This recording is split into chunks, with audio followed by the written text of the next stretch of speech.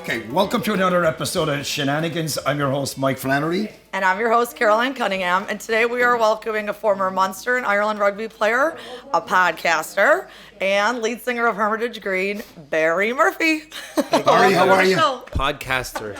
It's weird. Podcaster. My older brother describes podcasters as this generation's lower back tattoo. Like, everyone has one and they're going to regret them. Oh my God. I could totally see that. That's true. I could totally see that. And I do regret every episode I've ever done. Because my mother is usually centered in the middle and I talk about our stuff that went down behind closed doors. And it's like... And everyone's like, why are you talking about that? Don't know. Yeah. Do you know we what's get funny? it. We get it. We've done 5 episodes. I haven't seen one of them yet. Because if I see we'll watch them. You'll never do it again. I'll never do it again. Yeah. I saw one clip and I was like, Jesus Christ, do I really look like that? Anyway, Barry, thanks for coming Thanks on. for having me. Now, listen, where did rugby first come into your life? I know you went to St. Munchins. Yeah. And you won a Junior Cup medal with Munchins under 15s or whatever Junior Cup is. Yeah. Talk us through like how you got playing rugby.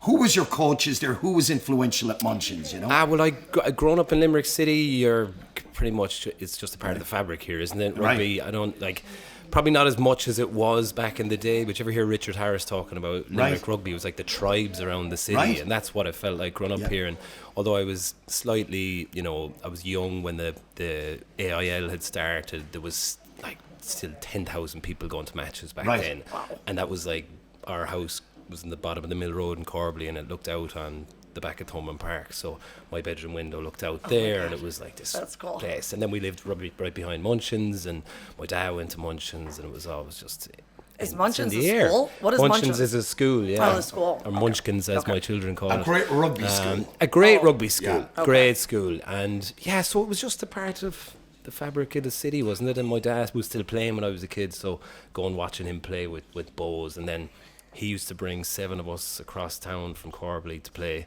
with bows underage, pile us into the car every Sunday morning, and then we all ended up playing in the senior team for bows 20 odd years later, which was pretty class, cool. So my you're talking to a few GA legends today, the GA wasn't a part of my life at all, being from the city. There wasn't a big, I would have had to go to Clare to play with a hurling team that was close to us, so it was rugby and loads of soccer. But the rugby just grabbed me, and then Munster then were kind of taken off as I became a teenager, so the idea of becoming a professional was actually realistic, so cool. just fell in love with it. And so did you play your first rugby match at Munchins, or were you under 7s or Bohemians before that? Under 7s playing with bows, under 7s? Yeah, 7s, 8s, and then used to go up and watch all the older lads in my neighbourhood playing for Munchins as well. And that, the school's rugby, you still get dressed up and all that. It's the only real, I think rugby is the only game in school where kids paint their faces and get dressed up and all that kind of It's a brilliant atmosphere. That is brilliant atmosphere. Yeah. So that was it. And then so we used to play on the road, rugby, tip rugby, and that's in the Hermitage. That's the name of the estate we grew up, and so we got quite good from doing the little skills 2-on-1s, and you could tell we were kind of good. Yeah. You're decent, right? Yeah, underage. There was as I said, 7 of us. There was 4 lads that lived next door to me, the Hermitage. They were all 6'5", 6'6", absolute athletes. Okay. I was kind of learning with them, learning how to tackle them and all that. So cool. Just became, and then I think you're right. The Munchins did. It becomes Munchins was like a little academy back then because it was a boarding school. So kids would go to school there, and even though we just hopped the wall and go in, we were day boys. But the boarders would be playing sports day and night. So the talent was off the charts. We were bringing lads in from the country, big strong lads from Bruff and further beyond. So our team at 15 was filled with 10 lads from Bruff, and then a few city boys. Then that. Just this lovely balance, and you go on this run during the cup and you win it, and it was that's cool. Madness. Then when you're kind of this, it's a good start. Winning a junior cup is a brilliant start, isn't it? Was, 15, you're playing at Thomond Park. Yeah. You know what I mean? And you're representing your school. Who was your captain that year? our captain was a guy called Owen Nihill from Bridgetown out in Clare, and still we still have a WhatsApp group. We've we chat all the time. That's and cool. Anytime any of us do anything interesting with the chat, will go in, but because it's nearly 30 years ago now. Wow. But he was a special guy that I still think he's one of the best players I ever played with, even under 15s. Okay. And that's what it's all about. When you win something, when you become successful with the side, they're always with you then, aren't they? Like, Yeah. You always have a special bond then, and you get a taste of what it's like to play in front of a big crowd. And as you said, we were actually the first, I think, cup team from Munchins to ever bring a cup home from Cork. So we won. We won in Musgrave Park, cool. against Prez. So, and that was kind of it, a hook, line, and sinker. Then I was still playing soccer up until I was about 19, 20, which was bizarre because I was professionally contracted with Munster, and I was playing still sneaking away and playing soccer matches for Corbally. Like, you better not get hurt. Yeah, but the rugby was as I said, it was a reality that you could become a professional when I was about 15, 16, because Munster, their journey in Europe had kind of taken off in 96, 97, and I was like, holy shit, these guys are beating some big teams in Europe, and they're my local team. Right. And the local lads that I would have gone to my school, like Anthony Foley, Marcus Horn, these guys were just, I thought, as the lads were now playing on the big stage. Wow. I was like, holy shit, this is cool. Yeah. So now, you played Gloucester, and you had to beat Gloucester. Was it Gloucester you had to beat by 27 points? I wasn't involved in that team, but that was one of the first, as like the miracle match. That was probably one of the biggest events that ever happened in Limerick, when you're thinking sports-wise. Yeah, having to beat a team by 27 points. Yeah, it was class. Yeah, it was. I mean, that team they had something special with them, and they kind of captured the whole city and the province and the country, really, the kind of imagination of them, and it was like dare to dream and this kind of stuff, beating big teams that had huge international players playing with them, the likes of Gloucester and Saracens, who were they were just ahead of us in terms of professionalism and superstars. But what I think no one really appreciated at the time is that those Limerick rugby players were unbelievable during the 90s. That AIL competition was so strong that you had a load of lads that were playing pretty much professional rugby anyway. Like, they were playing week in, week out to 10,000 people and learning how to win tough, and they were hard to beat. And that was kind of the spine of what I think Munster went on to achieve then. It was that really hard to beat, very competitive, had a tough edge about them, and I was just so lucky to come into a team at that point that was like, knowing how to win and hard to beat. It's a brilliant combination, and you come in and you can feel it, you can sense it, because I grew up around it. I think when you go into the dressing room, then you're like, this is that's cool. A lot of pressure. Yeah. What position were you? I was a 13/winger, so a centre or winger. Okay. I suppose there was. You were ready for it. It was. You couldn't. You still can't walk around Limerick without talking about Munster and the rugby, and so it was hard to avoid it, or it was everywhere. It was you were just immersed in it. So there was pressure, but again, the lads that I was playing with at the time that I got to the 2004, 2005, 2006, it was the Ron Nagars, Peter Stringers, Paul O'Connell, Donnacha O'Callaghan, John Hayes, Anthony Foley, these guys who just been through so much, and such professionals, that they were kicking on a gear, and you could tell it was only a matter of time before we won something big. That's cool. So it was it was a cool journey, I suppose, to go on as a young fella. But I didn't I still didn't believe I would be a professional rugby player. At like 19, 20, I went off in a J1 to Cape Cod working landscaping for a summer, and I got a Munster trial before I left in May, and I played well for Munster under 20s. Okay. Played well, but I was like, I'm still not good enough to make it. So when you went on the J1, you were 20? I was 19. With 19? A fake fake ID. I was going to say, that's really young for a J1. Yeah. Usually now they're 21 because they don't want to deal with the fake ID. Yeah, we had 10 fake IDs, all the same name. So it's spread out every time we were going up to a bar. We should make a gap. Who the fuck is Barry Murphy? Who is Barry? Which one of you is Barry Murphy? So, and it was as wild as a state? J1 Was it trip. Massachusetts It one? was Cape Cod. Massachusetts no, it was an ID? Irish driver's license. The pink. The pink one. The pink ones, Yeah. right. Tatters by the end of it.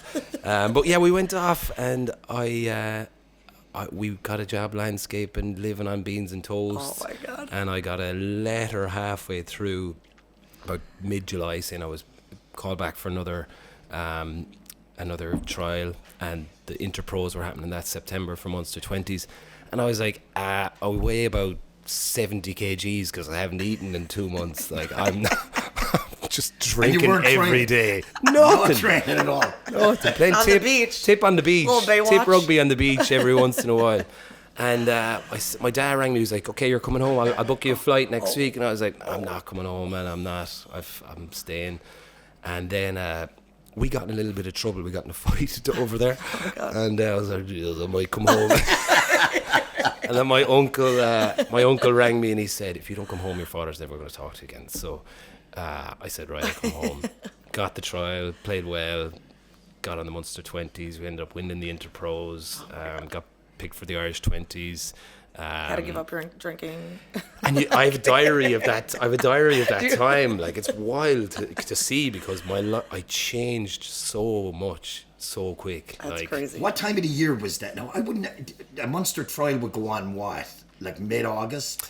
It was mid-August, and the Interpros were mid-September. So So yeah, but in a month I'd kind of gotten myself in shape. I think you play with such freedom when you've no right. Like I had no expectations, so I was like, and that followed kind of through for the first couple of years of my career, where I was like, I've been given a Munster development contract. I was like, pfft. So you get paid on a contract on a Munster I got like development? $7,000 a year. Oh, you do, okay.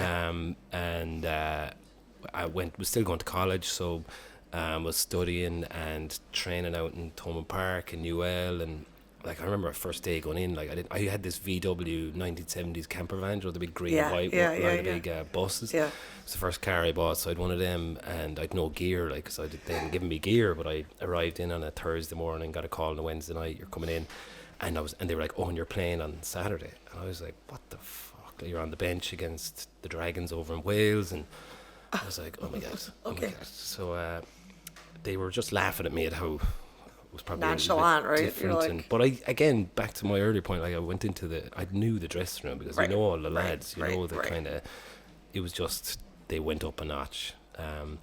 So then, as I said, my diary I changed. Like, as I know you're very. You're actually writing a diary. Do you still have that diary? Yeah. That's what I'm saying. Right. Reading back, like I can see my mindset changing, and because you're so different, or so easily influenced at that age. You just kind of 19, 20. So and then you have so many influential characters around you who are like both hilarious, like funny, but serious too.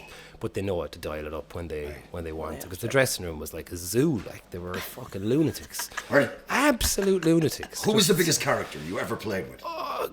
Claw and Golliv, like, were next level, and then all of them, like Donald O'Callaghan, Paul O'Connell, like messers, but then know how to turn it on, and then the slagging, and then like, they get serious. Yeah, but it was a lot of slagging, a lot of, like, you had to have thick skin and know how to handle yourself, and then you're playing at such a good team then that, like, I had maybe something like I was quick, and I was playing with a bit of freedom, so when a ball would break, I might be on it, and I was scoring tries and playing well, and that probably changed to me. I started taking it a little bit seriously for a few years in the middle of my career, which I think probably happens to people naturally. Maybe they'd start taking older. Yeah, but then that went against me, I think, for a while. I started doubting myself, started overthinking. And then about 26, 27, I think it flipped around again, where I was like, I have a feeling you were a messer, though. Without a doubt. For sure. Oh yeah. Tell us about Roy Keane coming into the dressing room. This is a good story. Yeah, we were over playing Sale in Manchester in 2005, and we were in the team room on the Friday night beforehand, and sitting around like we were so unprofessional. Declan Kidney brought in a load of pizzas for us to eat. Like the night before our Heineken Cup match against Sale, who were like one of the best teams in Europe that year. And he said, I have a surprise for you now. This Decky would kind of do these weird things every once in a while. He said, I have someone to come in to talk to you. And next thing, Roy Keane walked in the door. And I was like, fucking hell, son. Myself, Federico Pucciarello was this Argentinian prop we had. It was just a character. We and him and Ian Dowling were playing Monopoly. And I had, stop, we better stop here. Like, and Freddie's looking around like, wait, fuck, we stop. So we stop, and Roy starts telling. He's just holding court, and he's a bit of a character now, Roy. Funny now, but he looked like he was very serious back then. He wasn't with United then, right? Oh, he was, yeah. Oh, really? Yeah, okay. yeah, he was. So he was probably coming to the end. So he was a little spiker than usual, even. So it was quite a serious conversation, and halfway through, like, Federico, your turn, Barry, you go. And I was like, no. Who the fuck is this guy? Oh my God. He thought he was a cyclist or something. Oh my God. That's hilarious. So then towards the end of it, one of the lads asked him, does he do anything outside of football? And he said, I'm into a bit of property, and you could cut the tension with a knife. No one had made a joke in ages, and I just was like, have you any interest in buying Shrewsbury Road? He just goes, no. I was like, fucking hell. But the next day we were driving to the match to the Sale grounds, and we drive past, there's a big sign or big poster on the billboard with Roy Keane's face on it, and Federico turned and goes, there's a fucking guy from last night. That's great. But you said he was tiny, right? Tiny little fella, yeah, right.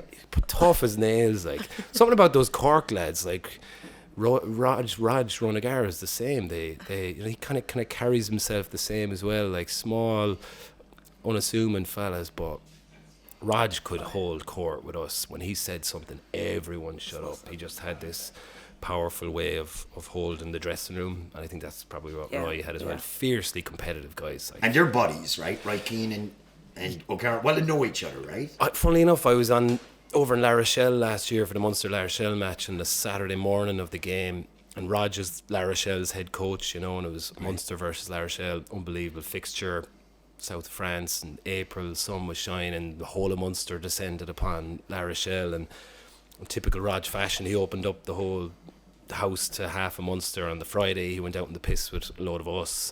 On the Saturday, went in and had breakfast with the Munster coaches. Then on Saturday lunchtime, he had me and Simon Zebo out to the island he lives on, Ile de Ré. This is the day of the match, and we were out on the beach behind his house. And I went in for a swim, and I came back out, and Raj and I were standing on the shoreline, and the water was lapping up on our toes, and he was like, fuck, okay, I've got to switch in now, and I've got to switch on. And Mick O'Dwyer, the Kerry football coach, had passed away the day before, and Raj was texting the stadium organizer or whatever in the stadium to put Mick's face up on the stadium in a poster. And I was like, Jesus, in my head I was there, he's going above and beyond here, like, where, this isn't Raj. I thought he would want to be just like holding the fort and making sure he doesn't get carried away. Then he gets a text message and he goes, it's Roy.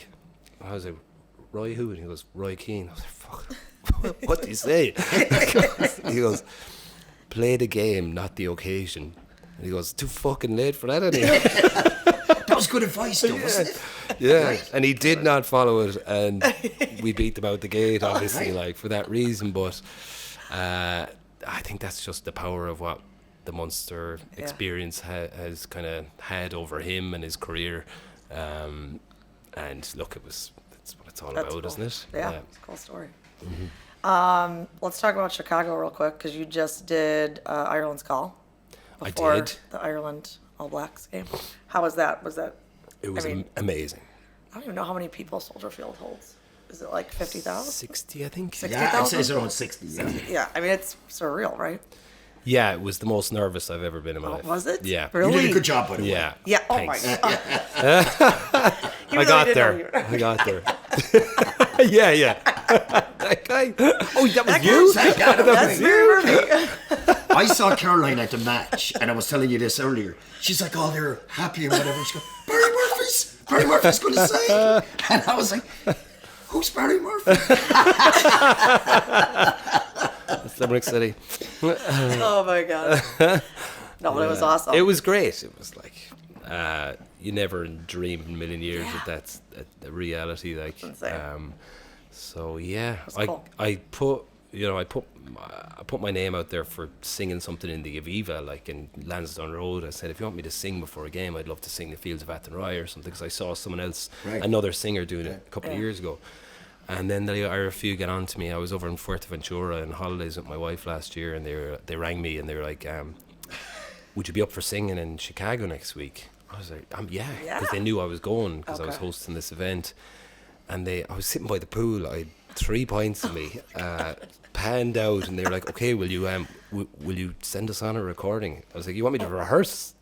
Yeah, so my wife was asleep beside me, so I just slipped off up into the bedroom, into the toilet, because I would get a bit more Echo, bit of reverb. More pitch, right? And I belted it out just into a voice memo on my phone, and then I sent it down. And when I came back to the pool, like, she was awake, and the whole pool was looking like you could see her just upstairs. She said, "You just singing the national anthem up in the toilet?" And I was like, "Yeah, I did sing it for the." And then I sent it, and they said, "You're singing Ireland really weird. Will you sing it again?" Get out. And I was, to be fair, I taught you to ham you were it in a up bathroom, with the like, national anthem. I taught you to be like, drunk, Ireland. So I did it again, got the job, and went over, and it was so fun. It was good. You did not sleep the night before, I bet. Do you know what? It was one of the best trips, because I didn't really drink or anything like that. So I Really? I needed job, to keep Barry. my shit together for that.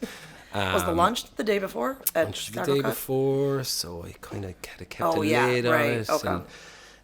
But it was just like they do it differently over there. Yeah. Like, it's the whole spectacle. Like, what I loved, there was 2 of us doing the Irish national anthem. There's a guy from Samoa doing the New Zealand national anthem. Right. And the 2 of us having a great time in the dressing room, real nervous. And next thing, I didn't realize this, but there's a guy singing the American national anthem before us, and he like kicks. I think he's the Blackhawks guy, right? Was Yeah. it? Yeah. Kicks the doors open, walks in like trench coat jacket, vaping. He's like, I'm here. I'm here. And he's like, who are you guys? And he's get a big hug and Welcome to Chi-Town. And then he goes out, and he, like, people didn't see this on TV, but you remember him? He was like, land of the free. Well, they show off their voices as well. He doesn't stop. Holds it for like 40 seconds. And then when he came out, he was like purple. I was just standing there in front of him, and he makes a beeline straight towards me, and he just gives me a bear hug off the pitch. He's like, "Fuck, dude!" And then That's Chicago. I was like, "Follow that." Yeah. Ooh. That's funny. But it was, look.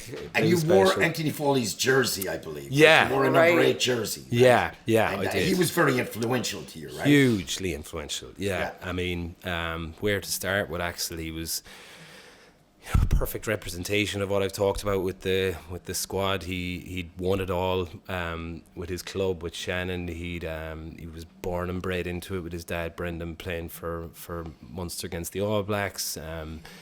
And grew up in the dressing room, just like I'd grown up in the dressing room, and I think he understood that for me as a player. He looked after me when I went in first, and just an unbelievable captain. So straightforward fella, man a few words when he spoke. It was incredible. And when I retired from rugby, I retired at 27 with a foot injury, which, it was the most devastating thing. I was completely lost, didn't know what to do with myself, and Axel had just gone in as kind of assistant coach in Munster at that point, and he took me under his wing even then, just going for coffees, and he was a big life change. Yes. And then when he passed away, obviously one of the most biggest shocks I've ever had, and his wife and kids were obviously a priority then, and I couldn't believe I still can't believe how strong they've been through all of that. And when I was asked to sing it, I rang Olive and I was like, do you mind if I wear one of Anthony's jerseys? She said, absolutely, we'd love it. Come out next weekend and we'll have breakfast and we'll pick it out, bring the kids. And nice. So we went out on a Sunday morning out to Killaloe, and Tony went up and brought down Anthony's bag of jerseys, and we just picked through them, and and like none of them fitted me because he was massive. So we found one that kind of fitted me, and took that. And then on the day I was flying out, which was like 2 days later, I looked at it. The crest of it was, and it had the date underneath it, and it was the same date that of the Ireland All Blacks match. 20 years previous. No. Yeah, exact same date, 2nd of November. That's weird. Yeah, so I was like, wow, this is special. Yeah. And then what he I think did for, or what the number 8 did for that Irish team the first time they beat the All Blacks in Soldier Field in 2016. That was a great. Were you at that game? No, I wasn't actually, but I'll never forget it when it so popped up on the screen. And it was the boys just said how much it helped them get over the line, so I thought it was nice to do it again. So nice. Yeah. So my first time ever in Chicago actually was back in 2007. We went over on a Munster trip to play the US in Fire Stadium, is it? In Chicago? Yeah. In Bridgeview. And I was injured, but I was brought on the trip, so I just went in the piss for the week. And was that a Munster squad or an Irish? Munster squad. It was, because I remember there was a time there was an Irish development squad brought out there to play Toyota Park, and it was like 2007. Johnny Sexton would have been on it. Oh, sorry, yeah. No, that was the Ireland Churchill Cup team, or the A Churchill team. Cup team. Yeah. It was around the same time. It was about 2007, I think. Well, whoever can look this up, we went out there. It was August, and The Sopranos had just finished. The last episode had dropped to The Sopranos the week before. And I loved The Sopranos. And the last scene when Tony is in the, I don't know if you remember, in the restaurant, and Don't Stop Believing comes on, right, at the end of the song, and it just plays out and you don't know what happens. Yeah. And then Don't Stop Believing, I'd never heard the song before. Even it just took off. Yeah. And the night of the game we played, and we went out in the piss, and we were in this college bar in Chicago, and we were all packed in there. And next thing, Don't Stop Believing comes on. Oh my God. And I looked down, and Axel was there at the end of the bar with both his hands in the air. And we used to call him Tony Soprano because he looked like him, really like. So I was like, look at Axel, Tony. So there's that weird symmetry with that as well. But yeah, so look, it was one of the coolest experiences. Right. And now I'm that guy who can burst into a national anthem at any given point. Yeah. All right, ready? 1, 2, 3.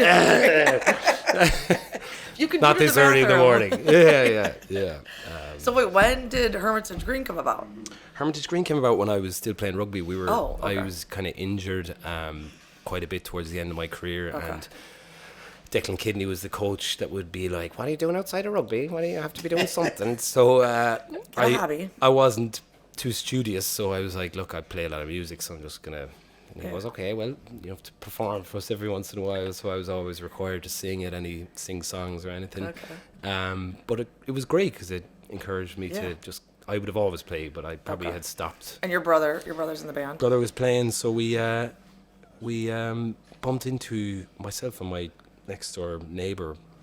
Started chatting one day. He played banjo, I played guitar. Perfect. And we used to play tunes together. And funny enough, Felix Jones, who's now a double World Cup winning South African coach, was a Munster player at that time. He just signed for us from Leinster, and he moved down and moved into my neighbour's house with him. And he was a Bowron player. And I was like, let's play some tunes. And we played tunes, and then bumped into my brother and his mate one night in town here down by the Hunt Museum. And we were like, let's go play tunes some night. And we went, my other older brother is a Kurgaur Bard, and it's across town there. My older brother owns that. Does he? Yeah. That's a great bar. Brian, yes. Yeah, great bar. So we used great to go food in in that bar. Yeah. We used to go in there on a Sunday evening. Bring us there tomorrow. 5. Oh, you'd love it. Great seafood in there. Yeah. We used to go in 5 o'clock on a Sunday, have a bowl of chowder, have a pint, and just bait out a few like trad tunes more than anything. And people just started coming to watch us, and we were like, fuck, this is cool. Yeah. It's exciting. And then my injury ended up being a retiring injury. So it kind of felt like we were still only playing pubs. We were playing every pub in town, but we were still only playing bars. So it was like, I just throw myself into this for a while, see what if rugby takes me anywhere, coaching maybe.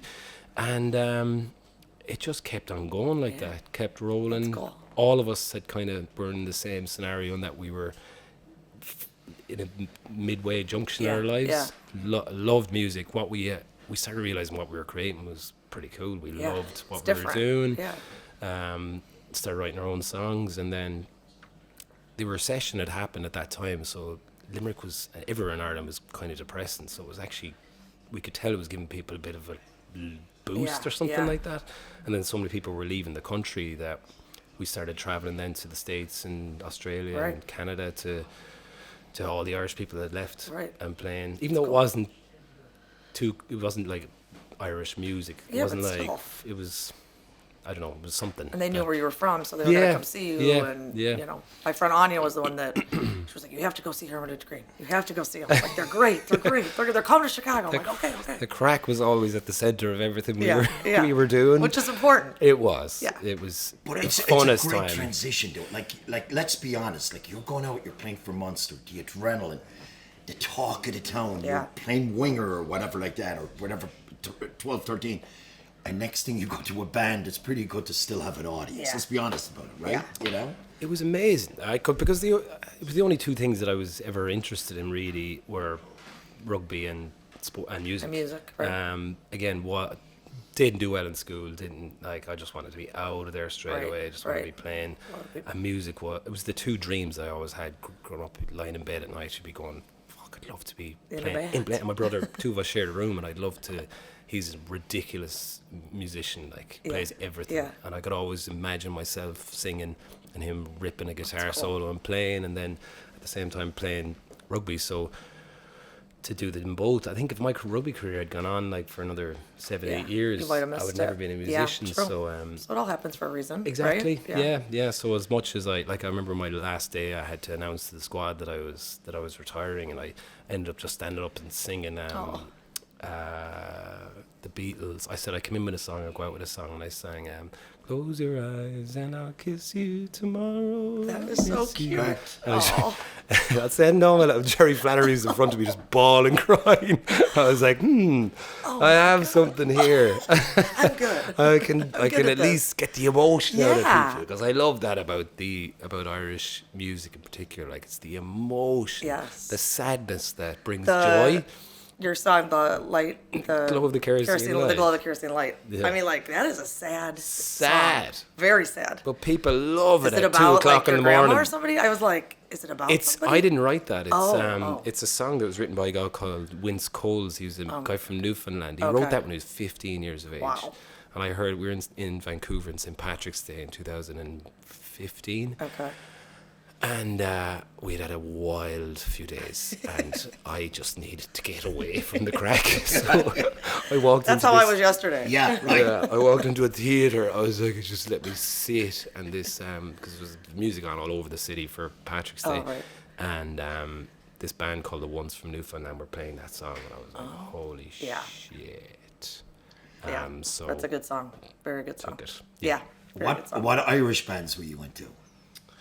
I think Damien Rice is probably my favourite Irish musician. Again, he's a good man to lean into the sadness and the emotional side. But I would have loved Thin Lizzy and U2, and Van Morrison was probably my favourite as a kid. You like Van Morrison, don't you? I love Van Morrison. Now, you touched on something there earlier. You said Declan Kidney was always questioning you on what you were doing outside of rugby. So he did care about what, if injury killed your career, he did worry, or he was concerned about what you guys would do as a backup, right? Unbelievable. It's such an understated, important skill to have as a coach. Mm-hmm. It's now framed as emotional intelligence. You hear them talk about Andy Farrell and coaches that have emotional intelligence. And I think that's what it was overlooked with Declan for a long time, because there was this transition in rugby where the technical side of the game, the real detail was suddenly it became a huge part of the game. But so he was criticised probably on that side by a lot of players that he didn't have that element. But for me, that wasn't his job. You could hire coaches to do all the technical stuff. Right. The guy who understood the player.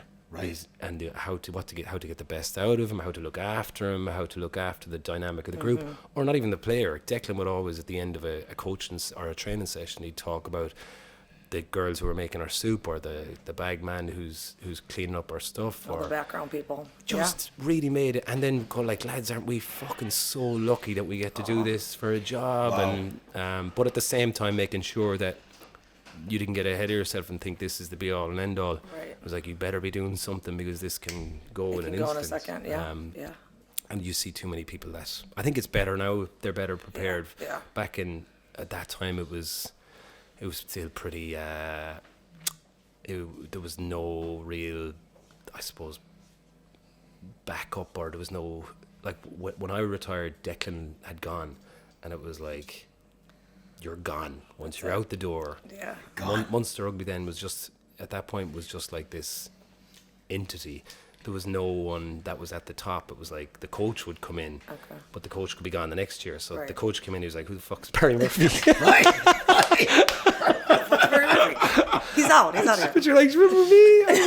I was a big deal there last year. So, nah, Who's Barry Murphy? So I think when he was there, he always had that. He was really good at looking out for people, I think. And, That's cool. yeah, I think lads at that age are like kids that age are Right. fragile enough. Yeah. Like, you know, it's And it's their life, right? yeah.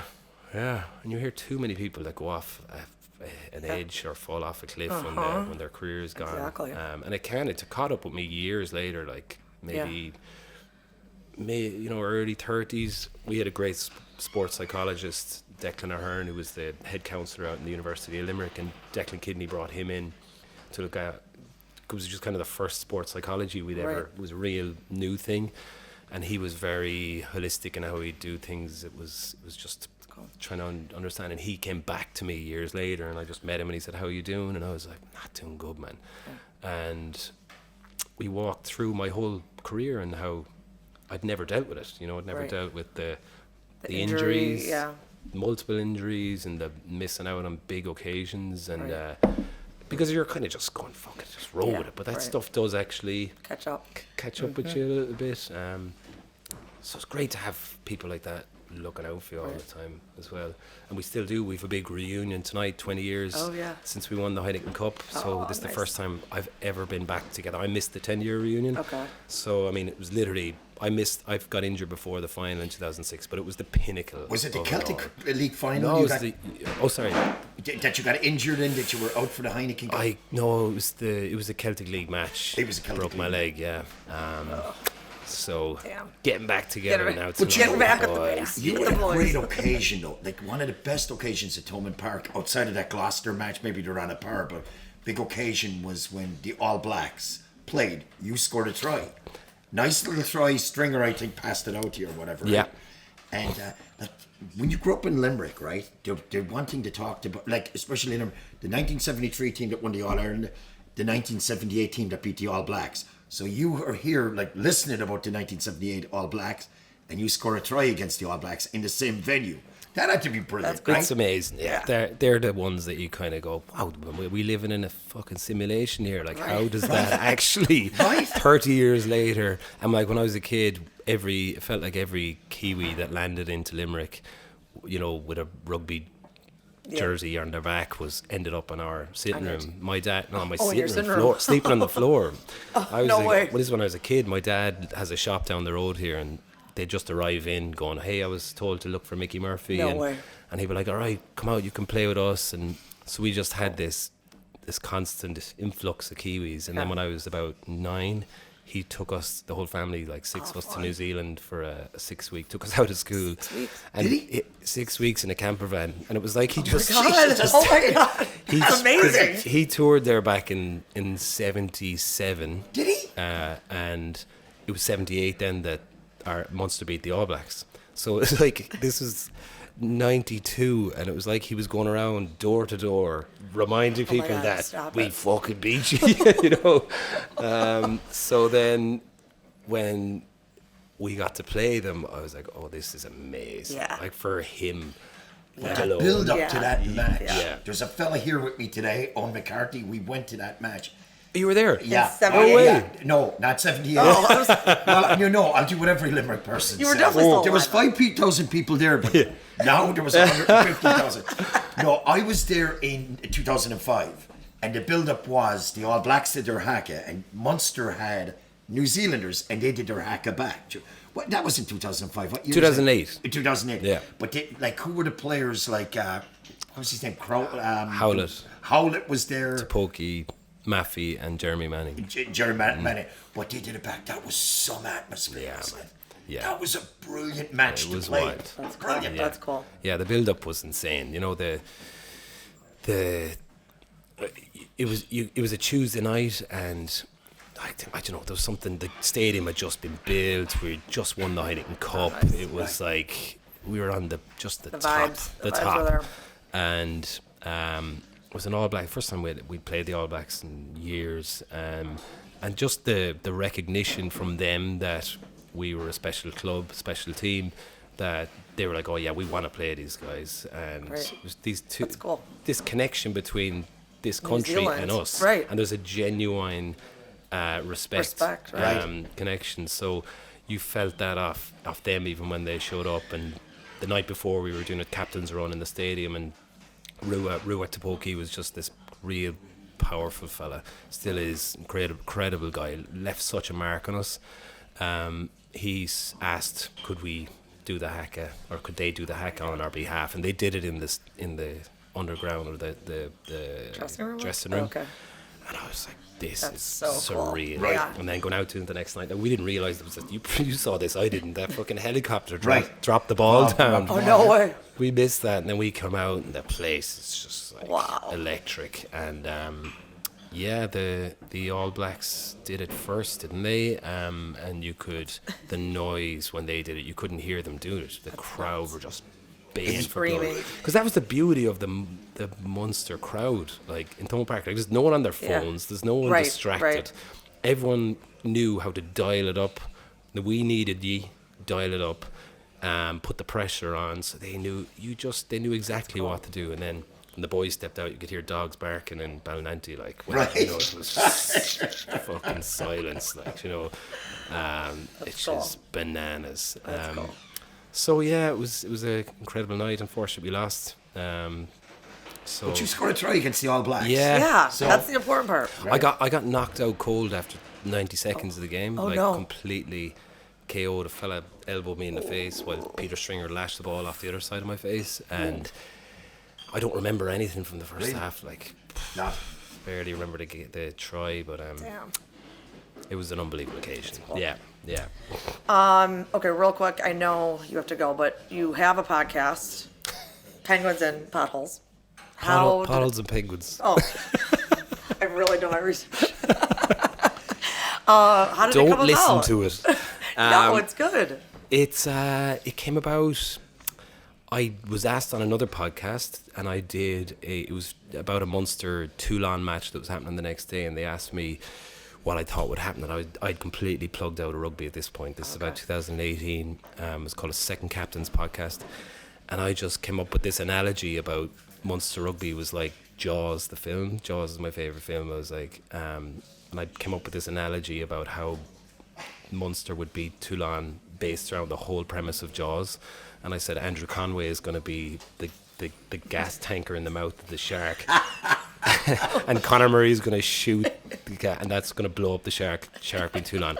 And that's fucking exactly what happened in the match. And then this other crowd got onto us. They were like, you have to do a podcast. I was like, I You can't have to talk about it. do that every week about Right, a match. Like, they're right. like, but that's basically what we do. Right. We try and come up with a movie analogy to define That goes with the game. the game. Right. That's We've done funny. over 500 episodes, and we're Have you? still, yeah. We're Do you have advice for us? Do you have some advice you want to give? I have zero. We're on number 6. Zero advice. Your podcast last week, or 2 weeks, or 3 weeks ago, about the Limerick Knackers, and what was it? Taken, imitating. The movie ticket. Yeah. Took. Give us just a little bit from that, right? Liam Neeson was shooting a film in Limerick, and I was like, it just came out naturally. We were like, what's he Jimmy was like, what is he shooting? Taken 4? And I was like, that's could be it. Taken 4. She gets taken to Limerick. Oh God, that's the worst. The Albanians have nothing on Limerick. Give me back my wife, fuck, or my daughter, fuck off. We're getting nothing back. Oh my God. That was brilliant, though. That was really funny. We've good crack. Do you know what it is? It's just having a chat with your mate, and it's an excuse to get together. And do you know what? In this day and age, it's actually hard to fucking meet people for some stupid reason. Exactly. So it's a good excuse. Yeah. And do you know what's funny? We're here today with GAA players from 1973, and it's great to see you guys all meet up. You're a different generation, but you both accomplished a lot and whatever like that. But I'll never forget, when Caroline and I got this going, she was like, guess what? I thought you Barry Murphy. Oh, God. Who fucks Barry Murphy? So we appreciate you really taking the time to come out. Thank you so much. Sorry, I always feel doing these that you're just burning the ear off people. No, just not talking at about all. yourself, No but one wants to hear us talk. So it's funny, everyone gives us support and they're like, you're doing a great job. And I go, do you hear the last one? No, nobody's listening. I think that's just like the idea. Oh, yeah. I don't know who listens to ours. Yeah, because it's like, and some people, now you release them, how many do you release a week? Just one. Just Jesus, one week. just one. yeah, And exactly. how long is that? Like an hour? Mm-hmm. Now, who would you look? Now, we talked about rugby, who would be an influence, bands who were an influence. Who would be an influencer for you on our podcast? Like, who would you say, that's a good podcast? I like Louis Theroux. But you know, Louis Theroux, he's an English guy. He just does some very cool interviews. I'm listening to his one with Boris Becker yesterday. Okay. Like tennis, so I just like interesting characters. And then I wouldn't find myself, and actually Louis says this himself, which I completely disagree. I wouldn't find myself as a great interviewer.